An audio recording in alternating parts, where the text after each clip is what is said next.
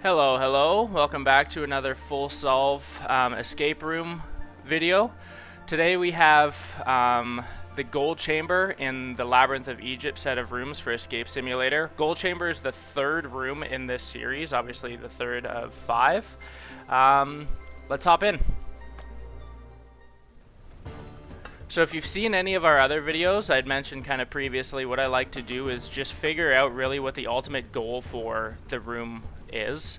So I like kind of finding what's going to set up the final puzzle, or really kind of figure out what it is that I'm trying to do when I'm opening these locks and solving puzzles, what it is that I'm trying to collect. So with this note that you can just find by the radio here, if you pick it up and inspect it, you'll see there's a bunch of symbols or statues, and then ultimately they all funnel down into this bowl.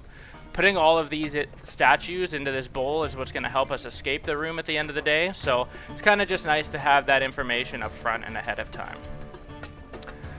So the first kind of thing is, as much as it is a puzzle, again, it'll help set up the final puzzle at the end of the room, and like it just kind of gives us a place to deposit everything that we're collecting as we go. So the one thing that we've noticed, kind of a difference between the solo and co-op gameplay, is in this specific puzzle. So if you're only doing it with one person, all you have to do is just match the lever position to what's indicated on the Anubis here. So as you can see, this fourth position will pull the lever down to the bottom, so this matches. And then this one here on the second Anubis is in the second position. We can pull this down. If you're doing this in co-op, you have to do it at the same time as your partner. Otherwise, if you pull the switch down, it'll just reset up to the top.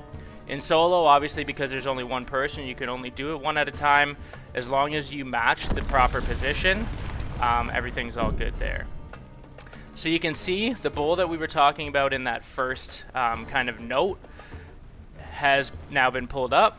So every time we collect a statue, what I like to do is just deposit into the bowl here so we can kind of clean as we go. But by no means do you have to have this throne unlocked at the very beginning, or do you have to deposit things as you go. You can collect everything and then put it in towards the end if that's what you prefer. But for me, like I said, I like to clean as I go, so we can get started into this now. I think the best probably starting point for this room is this rolling red chest, only because it really is the centerpiece for a few of the different puzzles.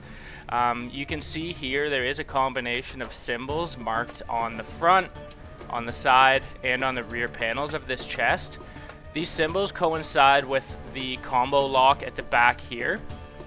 So you can see our first pairing is a camp and a raven. You can figure here that we have the camp, we have the raven, that would be our first combination.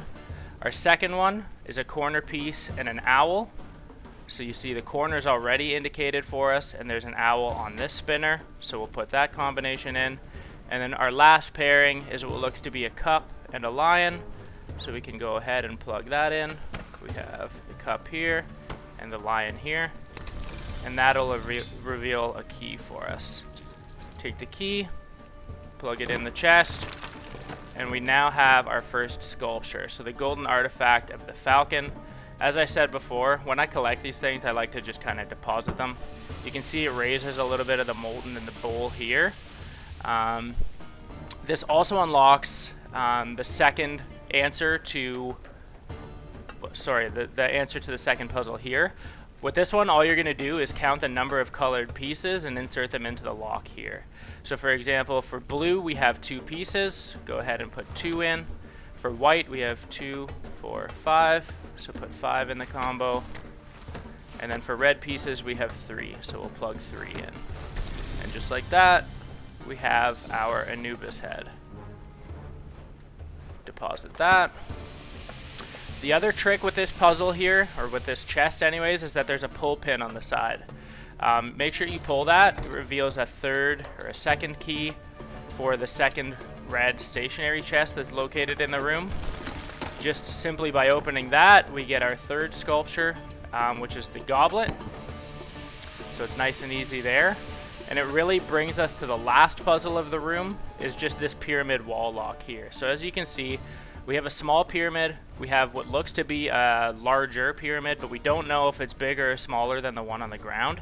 You can kind of figure But what I like to do at the same time is just reorganize these a little bit.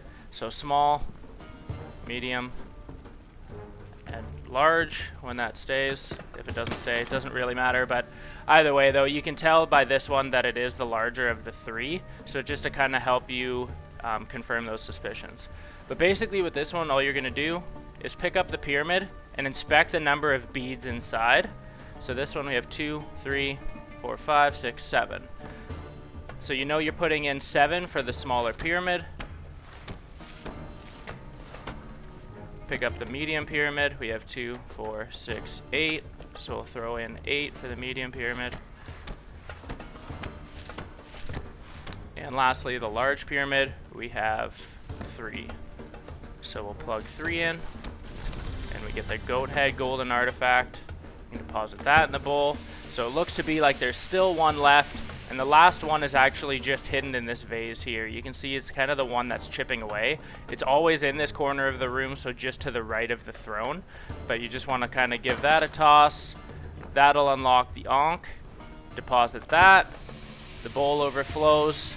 Molten comes through the channel here, and this will ultimately unlock our escape hatch. So just like that, the room's completed. Relatively simple again. A lot of the puzzles all stem from that one chest. If there's anywhere that you were stuck on this video, drop us a comment. Let us know how this video helped. We really appreciate you guys stopping by. Give us a like. Consider subscribing to Friendly Frenzy Games for more guides, tips, and tricks.